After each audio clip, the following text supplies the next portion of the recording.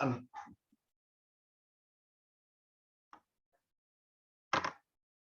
Good morning, everybody. Welcome. We are so glad to have you with us for our second educational webinar from SGI this year for our members. And we're taking up a really important topic, that of investment policy statements. Maybe, Frank, if we'll go to the next slide. Just to remind you, as always, participants will be in listen-only mode until the Q&A section. You can always enter questions into the chat, and afterwards we'll make this recording available via our website, as well as the slides. So maybe just starting with this question around mission and stewardship. Given that everybody that's among the participants here are associated with Catholic institutions, I think I'll speak a little more directly from, and as a faith-based institution ourselves, speak more specifically from kind of a Catholic Christian perspective, that in a certain way, if what our institution's about are mission, and it's all mission, this is to kind of tie together much more explicitly in that investment policy statement the questions of mission and stewardship. That the investment policy statement is more than a document about money. In a sense, it is a profession of our faith. It might be understood as a very practical spirituality. Every religious community that gets papal approbation expresses its spirituality, its charism, its mission in schools and hospitals and universities and parishes. And why would they not also express that mission, that charism, that spirituality in its investments? Why would we draw a boundary there that says we're unique and special in this way, but when it comes to finance, we'll be conventional? So we kind of want to explore how those investment policy statements might better reflect who we are institutionally. Maybe to put it this way, wherever we have influence in the world, as Christians, as people of faith, we're called to do what cannot be done by anyone else, to bring the gospel of Jesus into the world. Stewardship is not something good just for our religious communities. It's something that will transform the world. Through faithful stewardship, speaking as a Christian, the face of Jesus shines forth in the world. So in other words, your investment policy statement and evangelization, if that's part of your mission, are like twins. Yes, the returns on your investments build schools and hospitals and feed the hungry and welcome the stranger. But the way we invest also may be and can be a gospel activity. And so just to take one little story of a 3rd century deacon, that deacon, Lawrence, served the Church of Rome. At the time, the deacons were responsible for distributing the goods and funds collected for the poor amid persecution. Romans captured Lawrence and tortured him, basically torturing to reveal where the treasures of the church were. So finally, he led them down some narrow, dirty passageways of Rome until he arrived at a plaza full of some of the most poor of that city. And gesturing to those people, he said, these are the treasures of the church. As a consequence, he was later quite literally roasted alive by the Romans, remarking in a phrase recorded in the hagiographies of him, versate me, vorate, si coctum est. I'm done on this side, turn me over and eat. So today he's known as St. Lawrence, deacon and martyr, with the feast of August 10th. To conclude, to pull from this, there are two things I want to underscore for us. First, we believe that socially responsible investing does well by doing good. There will be increase, making it possible for your congregation's mission to be strengthened. Second, we also believe as SGI that entrusting lay collaborators with some share in that mission, these are the treasures of the church, invites collaborators like me and your investment advisors and your investment managers and others to take up some share in your mission. So to that end, let me introduce then our companions on this journey today. We have with us Jake Barnett, Ed Fitzpatrick, Laura Wicklander West, and Alan White. And Frank, we'll go one more. we're going to kind of talk from the perspective of an asset owner, an asset advisor, an asset manager, and we'll come to questions and answers. So allowing me to introduce Jake Barnett, who may well be known to many of you. Jake is Director of Sustainable Investment Stewardship at Westpath. He joined Westpath in January 2020. He's a graduate of Ohio Wesleyan, and he leads Westpath's shareholder advocacy and engagement efforts. Specifically, they focus on engagement efforts that align with the values of the United Methodist Church and support the transition to a sustainable global economy. Some of us also know Jake from his previous work as an institutional consultant at Morgan Stanley's Greystone. I guess I'd add he co-chairs Catholic Impact Investment Collaborative, and he serves on ICCR's Climate Leadership Group, as well as with UNPRI Stewardship Advisory Committee. So Jake, maybe I'll pass it to you first of all, if for some opening remarks. Yeah, absolutely. Thanks for having me, Chris, and thanks for all the work that you and Frank and your members do at SGI. So I'll just share kind of a few different anecdotes and thoughts from my experience, both as a, I'll speak first to what I am working on at what my previous experience at Greystone, and then speak a little bit to my current experience at Westpath. One of the pieces that I would say, if you're talking about an investment policy statement, just really plainly, is that structure matters. Where you talk about your mission matters. How you talk about your mission matters.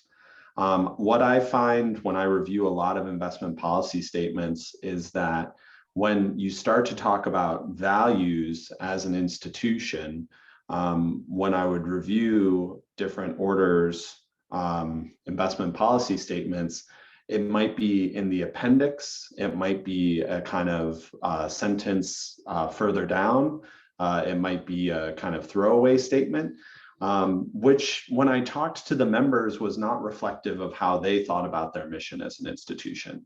If you talk to a religious member of or congregation, they don't refer to their values as an appendix. They don't kind of have it as a throwaway statement. It's a foundational aspect of how they think about what their charism is represented by. So one thing I would just say is living your values right up there with some of the key components like asset allocation, preservation of capital? Is it being put at the same level of urgency? You can do that and still maintain a fiduciary mindset. You can still say, we understand that we are needing to act in a way that's reflective of the interests of our members, and we are always going to be taking into consideration how our values are represented here. And I think when you're talking about structure, having that really first and foremost is important, because it should be something that sets the tone and dictates what comes throughout and how your values get integrated throughout every step of what your investment process is. Hopefully it's something you take into account when you're talking about asset allocation, when you're talking about who you're selecting for an investment consultant, when you're talking about who you're selecting for an asset manager. It should, if it's at the appendix, that means it comes all the way at the end and it doesn't feed and fall throughout the rest of the document. So I would say structure matters to start with. I would also say culture matters, and who you're establishing as leaders matter in terms of the conversations of the financial institutions.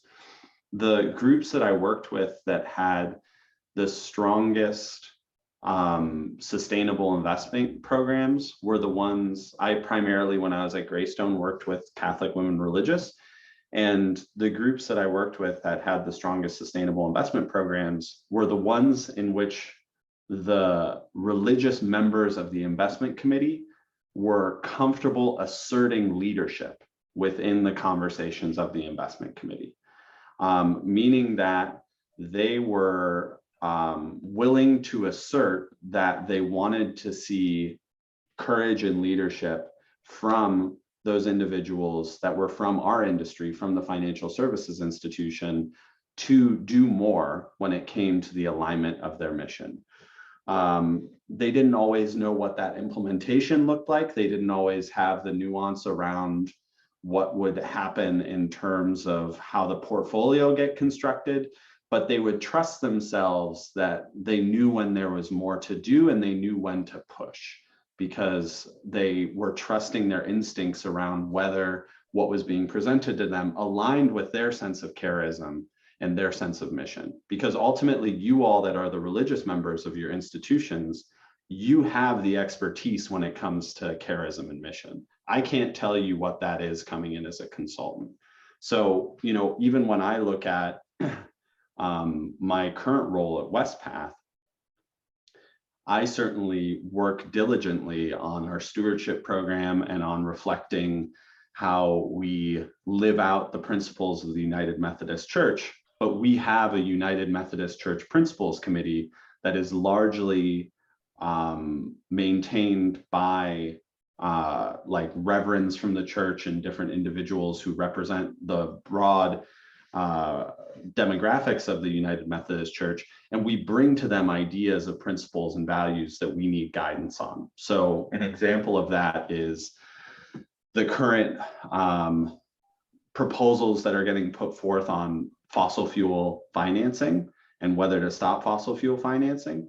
On the one hand, those could be seen as relatively prescriptive, and there's a legitimate argument to be made that saying you need to stop funding right now is not always in alignment with fiduciary duty or with some of the nuances of the disruption of the energy markets from the Ukrainian invasion. On the other hand, it's reflective of WestPath's commitment to net zero. And so recognizing that there's some tension in some of these questions, that they're not always cut and dry, I think having a culture where you feel comfortable and where you're encouraged to take a leadership role is important. And the final piece I'll say in that is, I think sometimes that means working with different people. I'm going to put that bluntly. If you are consistently hitting roadblocks in terms of wanting to push and have the values of your organization reflected in your investment policy statement, if you feel passionate as a congregation about pursuing certain actions, whether that be fossil fuel divestment or impact investing or increasing your impact through shareholder engagement, whatever it might be, if the people that are working with you, either in the role of investment committee members or consultants or asset managers, are acting as roadblocks instead of thoughtful partners and collaborators on that, then it might be time to find thoughtful partners and collaborators.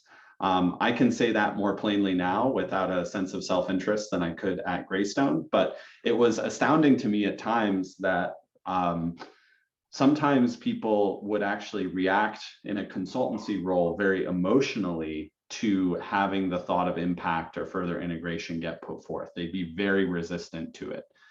And that would be something that would be reflective of their own values, saying, the market's going to fix this. You don't need to think about all these impact things. Don't bother me with them. That's not my job. And if you have people like that are in your roles of servicing you that aren't aligned with your values, then I would simply say there are people out there who would want to serve you who are aligned with your values. I know that's not always the inclination of those of us in the religious orders, because we want to be friendly. We want to have long-term relationships with people. But I think sometimes in service of your mission, some disruption in service of finding the right partners is necessary. I suppose the biblical example is Jesus turning over the tables in the temple. Right. Yeah, the status quo clearly isn't working. And, I think there's a quote from Pope Francis in Laudato Si that I'll read to finish, because I think it talks through the type of, a lot of this is about a cultural change. A lot of this is about changing how we relate to money and ourselves and the broader economy. And I think we need to create space for the spiritual conversation that requires. And what Pope Francis said in Laudato Si is the time has come to pay renewed attention to reality and the limits it imposes.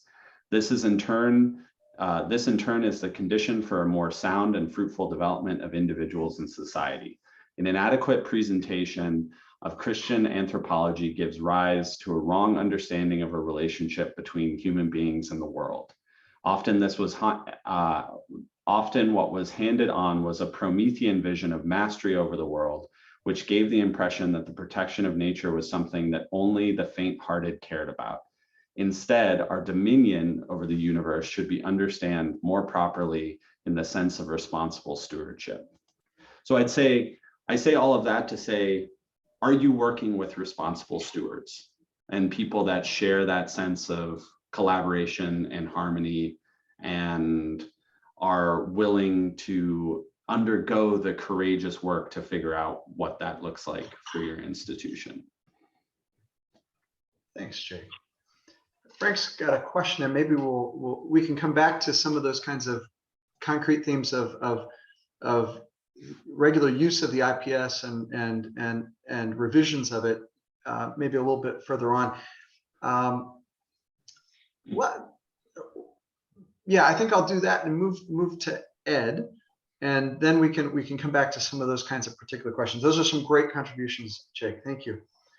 And Frank, if you'll bring back up the slides. Many of us on this webinar also know our friend Ed Fitzpatrick. He's a member of SGI's board, and he's part of the Fitzpatrick Group of Wells Fargo Advisors. Ed's a graduate of Villanova and began his career at the Chicago Board Options Exchange and joined his father as a financial advisor in 2000. He's written investment articles, including Best Practices for Investment Committees and Hot Topic International Investing. He's also a certified financial planner professional. Jake was talking a little bit there, Ed, about he concluded with that remark from Pope Francis and Laudato Si, and which has given a bit of a terrain change for us as Catholics. And I know that your first slide kind of goes into some of that and some of the reasons why we've been kind of taking this up as a theme. So Frank, if you'll move us to the next slide.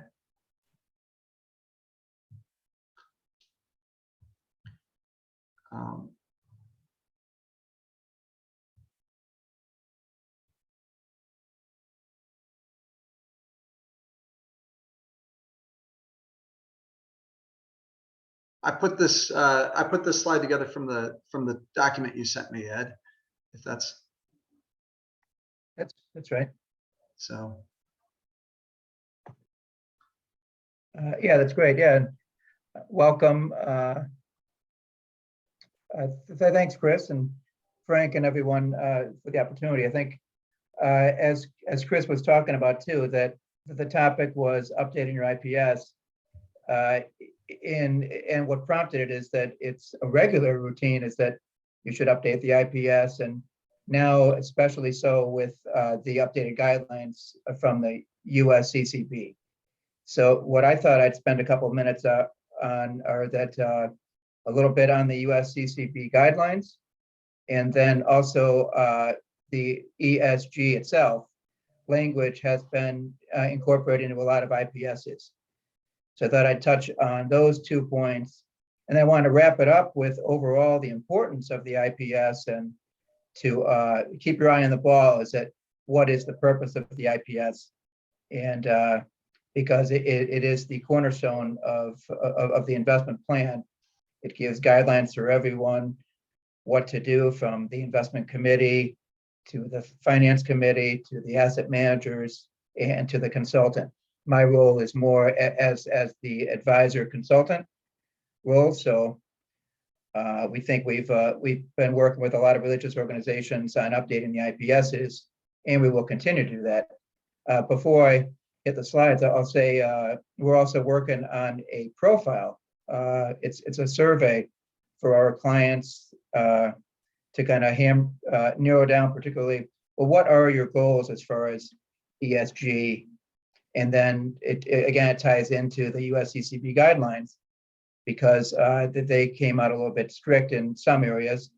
And we usually leave it up to the investment committees and the Peace and Justice Department to say, okay, well, what would you like to accomplish here? What is important to you and what might not be important to you? So on that note, yeah, so let me just hit the slides here then. So the guidelines, and you're probably familiar with this, but I'll just hit it anyways here, is that what was important about the guidelines. And while this was the first update, it was last November, and it was the first update in in actually many years that had been, and I think it was definitely due. And one significant change to it was the Pope calling out to the Catholic community to take the threat of really climate change very seriously and to promote more active engagement efforts in that area. So a couple of things of note was that the revised guidelines added restrictions to related existing themes such as healthcare practices, adult entertainment, controversial weapons, gambling, tobacco, and then the cannabis. But what was noteworthy about this was the climate change. The most recent update from the USCCB guidelines took a pretty strong stance against climate change. And it was a signal that those companies who fail to incorporate policies related to the Paris Agreement should not be part of your portfolio. And that was definitely one area that is coming up. So it's going to be a very good topic to bring up, to discuss as you're updating the investment policy statements and stuff. There were also the brute exclusions, but one new approach now is that you maybe have an opportunity to be more proactive in your approach. And one way is in corporate engagement, which fits in very well to seventh generation, because seventh generation is a partner to all the Catholic organizations, faith-based organizations, that when you partner, you get strength in numbers. And that fits in very nicely. I'm actually going to circle back to that point of partnership with seventh generation in another couple slides too. But so if you want to flip ahead there to the next, I want to mention on the ESG. So ESG language is being incorporated into IPSs. This may or may not be a new update for your order, depending upon where you stand with things. But if ESG is in fact a process that you use and that you advise your investment managers to follow, then you should have language in the IPS, particularly related to it. We have a piece that I can email anyone, and it's just taking language. We're able to obtain this from various college foundations, some faith-based, some not. But a couple that we picked out for this presentation call was that the Lewis and Clark, and then the Ramblers, Loyola University. I am a Rambler, Loyola Academy though. As Chris noted, I was Augustinian for college there with Villanova, but I am a Loyola Academy Rambler, so I had to put that one on there next. But the ESG, so Lewis and Clark they write a summary in there, and again, I can give you the full text of this a little bit later if you like, but this is an example of what they're saying, is that academic research supports incorporating ESG factors. And what this does is it helps identify opportunities and risks, which conventional tools miss. Responsible investing focuses on improving long-term risk-adjusted returns of the portfolio. And that's a big part of it that the asset managers will tell us probably. I think we'll hear from Great Lakes in a moment too. Really what you're getting with ESG is you're getting risk-controlled returns. Is certainly a big part of it there. We can go to the next slide there. Loyola, this should be the next one. And this is just taken the word for word too as well. And what they write is this isn't necessarily a too much order or instruction. It's just a general overview that you are acknowledging the importance of ESG in your process. So the way Loyola's IPS reads, if related to ESG, is its ESG factors, core components of decision making and risk management, impact and solutions-based investments, engagement, proxy voting, and evaluation of the economic merits of current and potential investments. Take into account governance practices, environment or social impact, and regulatory and reputational risk. Again, it's important. And as I mentioned too, we were able to obtain several other organizations language on ESG, and we're happy to share that with any organizations that you might find relevant as you're updating your IPSs. I'm happy to email that off to you as well there. So what I'd like to wrap up with then are, let's take a look at the big picture here. I think that the market pullback that has been 2022 has really might have changed things potentially, might have given more context, perspective to the whole plan. At least from our perspective as an investment consultant, the questions are changing. When markets only go up for 13 years or so, then you tend to forget that, oh, by the way, yes, we can lose money, and yes, we should pay attention to things like asset allocation, and that matters. And so that's what my second bullet point there is, that while the SRI and ESG guidelines are important, stay focused on the big picture, goals and objectives. What is your time horizon?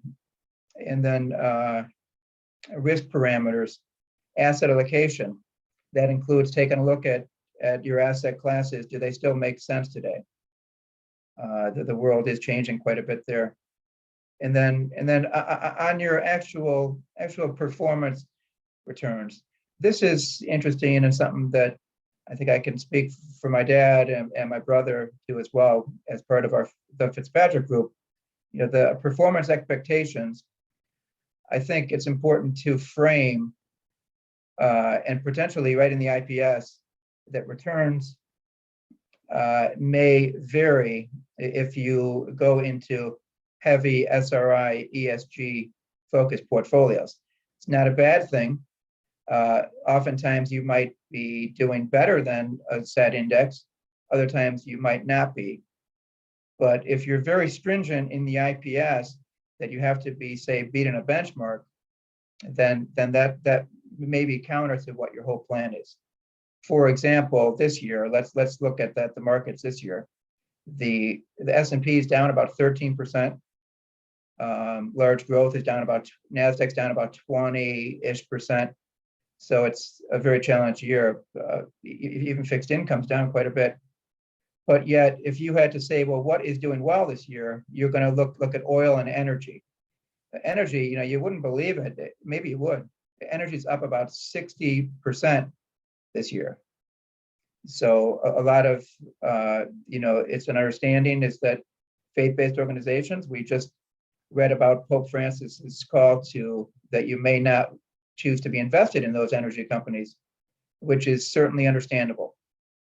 Our approach is that, look, in short time frames here, a year or two, your performance may vary. That means your investment manager performance may vary, but they are following the guidelines that you gave them to follow. So typically we would include that type of language in there as well. And I think that's an example, is the energy sector there. But that's about it, I think. That's about all that I have. I think if you have questions later or so, I'll certainly be around to take them. Thanks, Ed. Still at this point in the pandemic, having to say, oh, I forgot to come off mute. I appreciate that. And we do have questions. They're even starting to show up in the chat. We've got a couple there, which we'll come to. But maybe first, let's turn to our next speakers. We have with us then Laura West. She's a director of client services and sales for Great Lakes Advisors. She specializes in investment solutions for religious institutions. Before joining the firm, she worked at Mercy Home for Boys and Girls, completing a full-time annual volunteer program and then subsequently managing corporate and foundation relationships. She's a graduate of both Vanderbilt and the University of Chicago. And joining her also is Alan White, who joined Great Lakes Advisors in 2021 as a managing director and portfolio specialist. Prior to Great Lakes, he spent nearly a decade at Raymond James. I'd add he's a graduate of Florida State University, as well as holding an MBA from the University of Florida. And so one of those personal questions I have for anybody who would have both of those hats is what they wear when the Seminoles and Gators happen to play one another. Additionally, since his time in college and since, he's remained active in philanthropic activities, generally surrounding underprivileged youth, including the Children's Miracle Network and Big Brothers Big Sisters of Tampa Bay. So with that, I'll pass it to you, Laura and Alan. Thank you so much, Chris. Interesting, you didn't ask what I do when the Commodores play the Maroons. I think it's a little less. It's a little less dramatic, but it may not happen as frequently. Right. It's actually, everybody hopes it never happens is the bottom line. Thank you, Chris and Frank and Ed, for having us today. We're really excited to be here with all of you discussing this important topic. And I think the structure of the hour is perfect, where you start with Jake. He is part of the asset owner, having the discussions with the values of the organization and what are our values, what do we believe in, and what do we want reflected through this portfolio. Then moving to Ed on a trusted advisor, how do we implement those values in an investment sphere? I really liked your introduction, Chris, where you are pointing out what a strong vehicle this is to continue your mission throughout all operations of the organization. And that's what Ed and his team would do so well on really making sure that the investment policy statement, the source of truth, the document we live and breathe by as an investment manager, is reflective of all of the values that an organization such as WestPath and many others believe. And then you come to us, and there's usually many of us throughout one investment portfolio, many managers filling a slice of the pie, and you want to make sure that your manager is, how Jake described, a willing partner in your mission and able to reflect all of those values through the investments in the portfolio. So the role of a Great Lakes Advisors and any other manager is to know up and down, back and forth, every company that they are investing in to ensure that the values are reflected. And on the other side, that nothing is being held that is in opposition with the values in the investment policy statement. And then to build a total portfolio, and Alan will go into this and how we do it, just as an example and a capability, but to build a portfolio that is moving in the direction that the organization likes. We find that these updated Bishop's guidelines are really starting to catch up with where a lot of the religious clients of ours have been. There's a lot of, as a firm, we were founded with religious clients, religious dollars in the 1970s. So there weren't as stringent of guidelines, but the values and the ideas of these progressive organizations were being reflected. And I think the investment world really is in debt and owes a lot of gratitude to these organizations who maybe these ideas sounded crazy or silly, or we couldn't possibly do this, but they pushed and we did it. So I think the Bishop's guidelines in a lot of ways are starting to catch up with what a lot of organizations have been doing at the previously. So with that, Alan, I think we can, there's just a couple of slides of the firm, but we could probably move forward Yes, one more. And then Alan can get into an example of how we would incorporate a client who would follow the USCCB and also have some environmental values that they'd like reflected throughout a portfolio.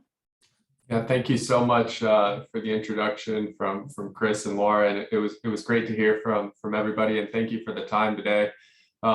Chris, just so you know, we're definitely wearing garnet and gold at the White House.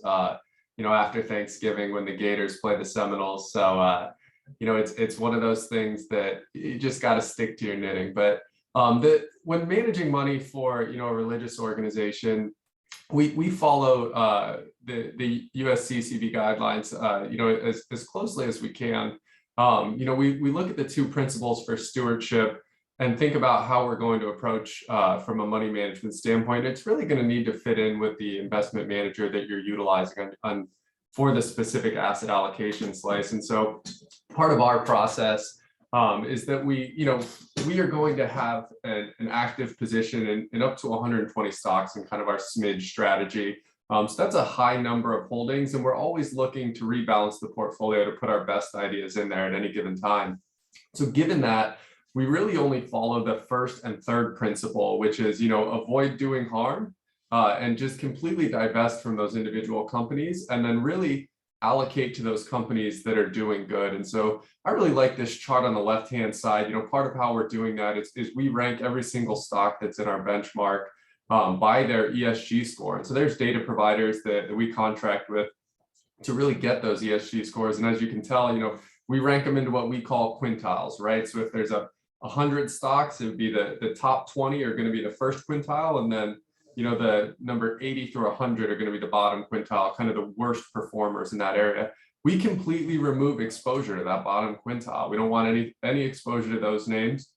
And as you kind of go up this scaling to the companies that are doing better, you're going to gradually see our exposure increase. And that's part of that aspect of, putting more money into those companies that are doing well and really emphasizing those commitments that, the Catholic Bishops Guidelines talks about. We absolutely exclude the areas that are told, and, we go and update our policy as Ed mentioned. This is the first time in a very long time that those guidelines have been updated. And, we went on a couple-week mission to really understand what the changes were, what needed to be reflected in our portfolio, and how to implement those into clients' accounts. It's something that we take very seriously and understand that, being a partner to our religious organization clients is something that, we take seriously and want to make sure that they understand we take seriously. So if you want to go to the next slide, Francis. We also have gone through and we like to kind of show our clients and show our investors, we don't want to just tell them that we're doing this. We like to map this out. And so we subscribe to the sustainable impact metrics and the sustainable development goal alignments. And we show that, not just those ESG scores and overweighting those areas that are more important, but we try and invest in companies that are deriving more of their revenue from those sustainable development goals. And so you can see our strategy stacked up versus the benchmark, and how much more exposure we have to that sustainable development goal, how much we have to those sustainable impact metrics. And like I said, it's something that we take very seriously. One of the things that was emphasized in the update this year was that climate strategy, and based on feedback really from our religious clients, we've been implementing strategies that look to have a net zero footprint for over a decade now. So, part of partnering with the religious organizations and our clients and making sure that we're forward thinking in the way that we're managing money is something that's extremely important to us. And so if you want to go forward 2 slides, we can show you a little bit of the net zero example and kind of our thought process around it, right? Again, that really falls with those guidelines is it's not just divesting from companies. We don't think that just removing an individual name from the portfolio is going to have the impact that we want. We're also overemphasizing those companies that have the direct exposure and that are doing things that are great. A perfect example of a company like that would be Microsoft, which is going to be, they've signed the net zero pledge, and they'll actually be I don't even know, like a net positive, right? They'll be offsetting more carbon than they produce on a given year starting in 2035. And so that's a company that we look to for leadership, in the the fight against climate change. And, we understand that at this point in time, excluding energy companies and fossil fuels is the correct way to go for where we're at. But at a certain point in time, we want to have dialogue with our organizations and say, look, as this clean energy transition takes place, maybe it might make sense to invest in some of these energy companies that are leading the charge in green energy and making such a sustainable impact on the environment. If you go to the next slide, we can talk about how we manage that money. And, there was a question I saw that popped up against benchmarks. Part of our process is that we are only managing money to investable benchmarks, right? So the Russell 3000, the S&P 500, the Russell 2500, because we know that investment policy statements are going to have specific targeted returns, and we want to have an extremely investable client that helps fit into that overall goal and plan of the organization that we're managing. So we've done a lot of research on what we can do from a emissions reduction standpoint. And what we found is that we can actually reduce emissions of our portfolio relative to the benchmark by somewhere around 85 to 90% without taking on any sort of excess risk, right? So that's something that we think is extremely important, but we do want to have that net zero footprint. And so what we've done is we've taken an alternative approach to get to that net zero aspect, and we buy what is called carbon offset credits. That's how we offset that remaining 10% of emissions. And there is an absolute enormous amount of information about carbon offset credits that's available if you want to do some research on time. There's compliance credits and there's voluntary credits. They're extremely large over in the European markets, and California also has a big marketplace as well. That's something where, as a service to our clients who are invested in our net zero strategies, we go into the marketplace and then offset any of the emissions produced by our portfolio by buying and retiring these offset credits. It's something that, again, we think is extremely impactful, and given the nature and the urgency of the changes that need to take place, we do that as a service to our clients. There's no additional cost in our portfolios for doing that. It's just something that truly aligns with the way that we're managing money. And what's unique about it is, if you go forward, I think it's the next slide, we have an example exactly of one of the carbon offset projects that we're purchasing, right? And so when you're going to buy a carbon offset credit, it's being created for some sort of project that a corporation or an organization has put together that said, hey, we can tangibly prove that we're reducing emissions by this much. And so that's where we really get to go in there and buy these, invest in these projects that are really kind of aligning with our goals. And so a perfect example would be this Cambodia water project that we invested in. We gave money to an organization that was providing water filters to families over in Cambodia. And one of the things that you might not realize is that it's a third world country where a lot of the times it's the children and mothers who are spending hours each day going and collecting water and then bringing it home, and they have to boil that water inside their house. They're emitting these noxious fumes and they're inhaling. So it has these terrible health consequences personally and on the overall families, and it's releasing emissions into the environment. So we found this project and it really resonated with us. And so we purchased, these offset credits so that the carbon that is emitted by the companies in our portfolio that we're investing on behalf of our clients are netted out to zero, so that we can confidently say, we have a net zero footprint. And oh, by the way, how did we get to that zero carbon emission footprint? By investing in projects like this, where we're doing good for the environment. I think this really resonates well with a lot of the missions of the organizations that we're managing for, and it really kind of ties into the religious organizations and where they see the future going. So it's really an opportunity for us to have a positive impact that's probably a little bit more unique than a lot of the money managers out there are currently doing today.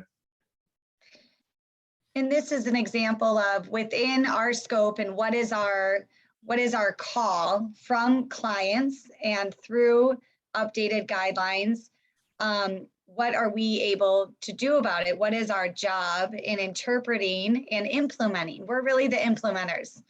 So, I'd say the values are there, interpretation a lot of times would fall under the consultant, and then we are the implementers. And this is an example of how we are implementing a lot of guidelines that are now being emphasized in the USCCB, but have been with religious clients for many years. Thanks, Laura. Thanks, Alan. That that net zero fund is a particularly interesting example of kind of bringing together these sorts of mandates from the asset owners. I'd like to begin to invite folks to offer some questions. You can put them in the chat or maybe raise your hand function and we can bring you off mute. I'll start with, before going to the two that are in the chat already, start with one that I'd like to just bring back to Jake and bring Jake into the conversation again. I often like to say that there are a couple of things at work. One is, in the investment policy statement, there are some things around asset allocation. But there are also some opportunities where even if you're big enough to go it alone, we value the idea of collaboration, doing things together. And I know, Jake, you have some experience with one project of bringing some communities together on an effort. Maybe you want to say a little bit about that? Yeah, happy to. I think to Frank, to your question, we certainly review our IPS once annually, but I don't think that's a limit for us. If something comes up that we think we need to have a review of it on kind of an ad hoc basis, we'll always be willing to take a look at it in between. Our principals committee meets 3 times a year, so we'll bring things routinely to them that we think need some refinement. To your question, Chris, relating to the aspect of collaboration, I had the privilege when I was working at Morgan Stanley Greystone of helping to launch the first ever climate impact investment fund that the Dominican sisters seeded with capital. And one of the things that's really important to note there is just that no single order would have had the capital to do that alone.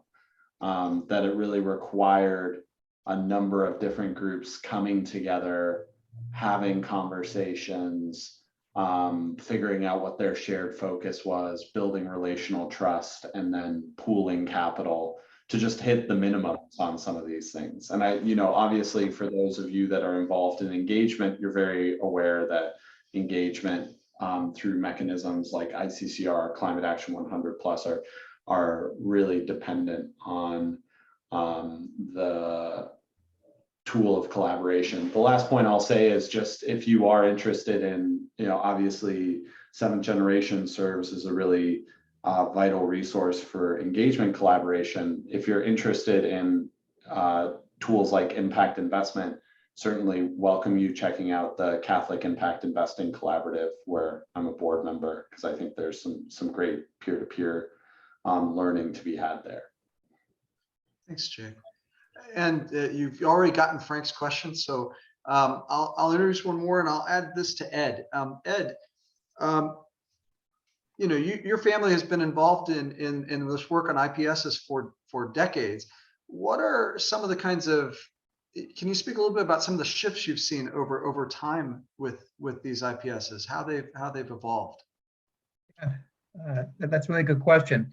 I think that as my dad would probably say that so some of the language is new to others, but not necessarily to us.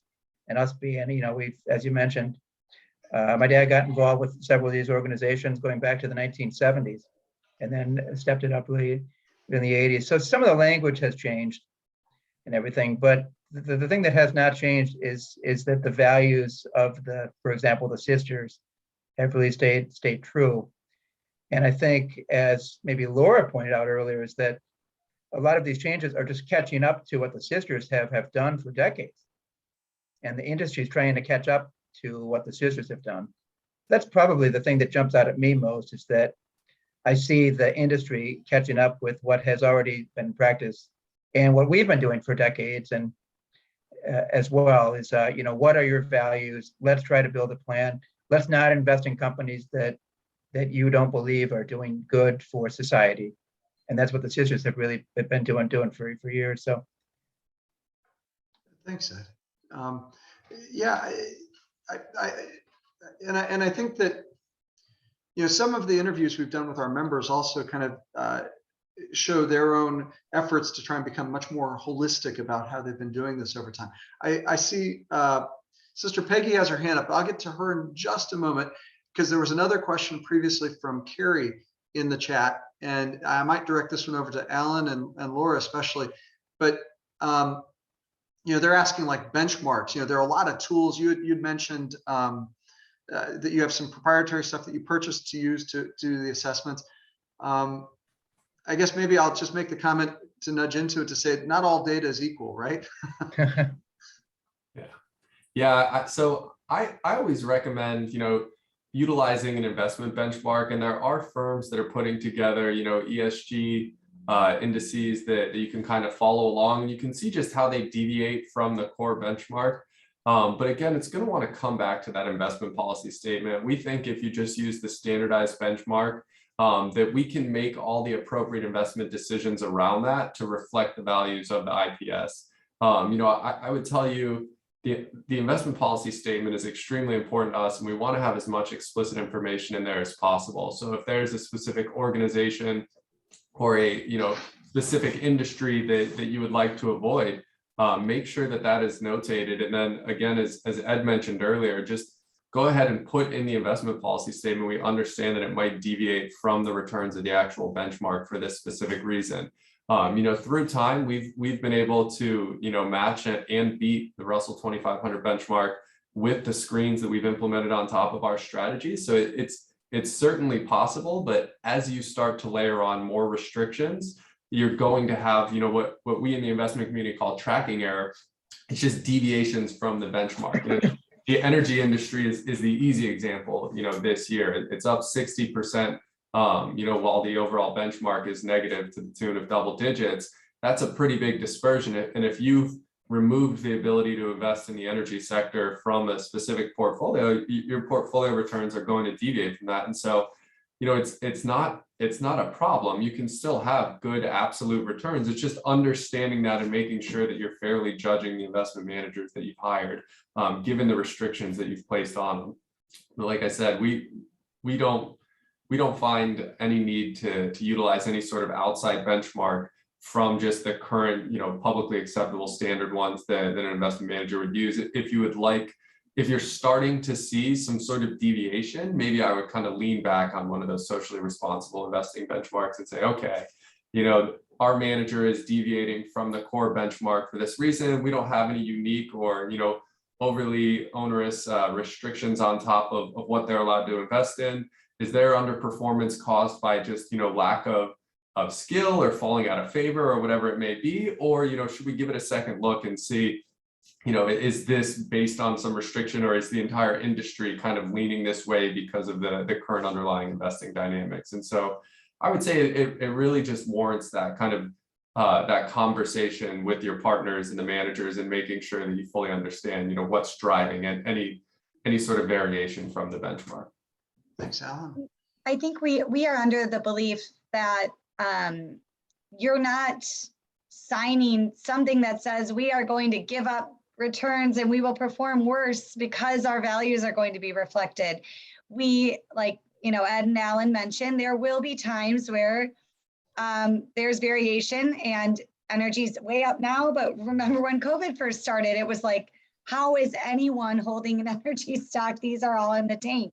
So at that time, portfolios without energy were way overperforming, and now they're way under. So we do think that you can still measure your portfolio and beat a standard benchmark, knowing that there's going to be a little more fluctuation. Now, in the world of benchmarks, maybe in a decade, there's some really great standard, widely acceptable USCCB benchmark, maybe, but at the moment we are following our benchmarks. And I think it's a testament to your values are not going to limit portfolio performance. Thank you, Laura. Sister Peggy, you've got your hand up. Let's catch your question, please. Pretty practical. We're working on revising our policy IPS, and I'm just wondering, and even as I'm listening here, well, I was charged with kind of setting the context for our new policy, and it was really was really hard for me because I'm trying to think for which audience is this being written for? You know, so I listened to asset owner, an asset advisor, and an asset manager.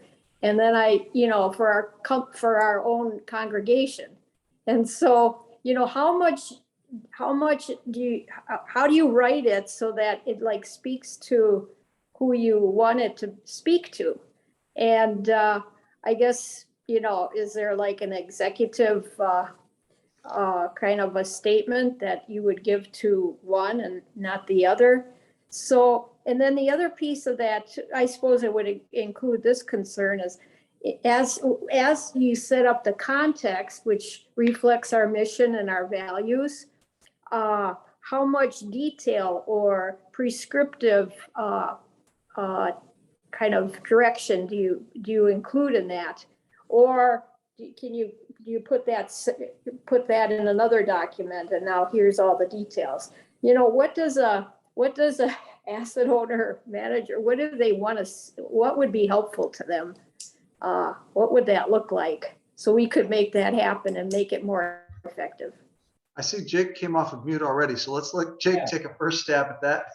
I'll take a first step and then apologies, I need to step away for another call. But what I would say is ultimately it is a governance document. So what you want it to reflect is kind of material information that's going to guide decision making. I think that when you talk about it from a who is the audience, I would put your audience more directly as the individuals that are helping you actively govern your portfolio. So I think the audience is more of the investment committee, the CFO, the investment advisor, the asset manager. When it comes to how much detail you go into your mission, I think it's fine to reference other documents. I don't think you need to build that all in directly to your IPS. I think you can say, as referenced in this part of our website, as referenced in however you want to structure it. I think the more important piece is that it not be a kind of afterthought in the appendix, but that it be something that's integrated throughout the document, so that it's kind of informing each of the decision-making parts of the process in a way that is prompting whoever is responsible for those different elements of execution to be thinking about your mission in that function. Please.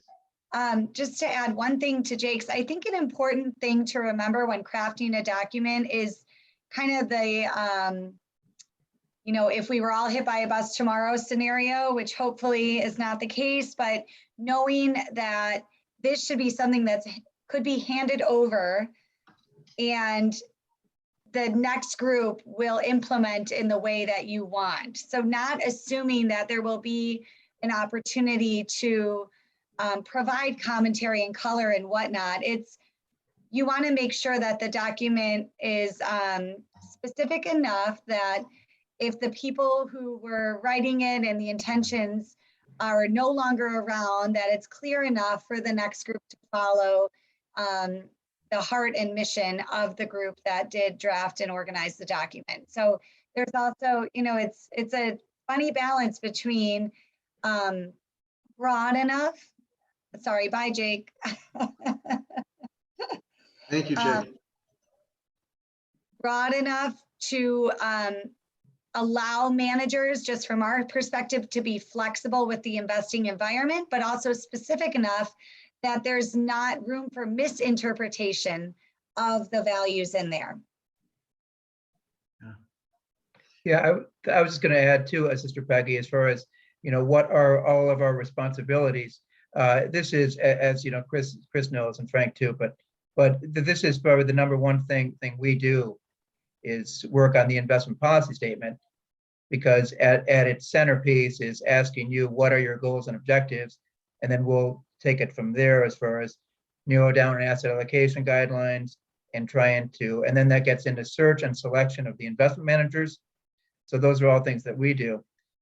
Sister Peggy, we're happy to, the Fitzpatricks are happy to give a second set of eyes on that for you as it's coming up. And just as I'm sure, I don't want to speak for Frank, but Frank sees a lot of these too. So I'm sure Frank and Chris probably would be good second set of eyes too as well. So, but we're very happy to do that. We do that more than anything.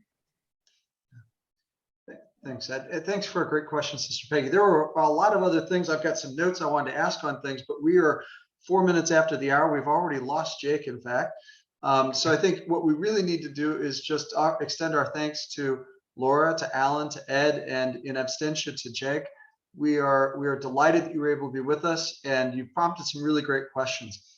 I'll be sending out later today, or I'll post on our website a link to the recording of this. I'll have an evaluation that we'd ask you to fill out so that we continue to refine and hone what we're doing with these. And I'll have a link to the slide deck as well.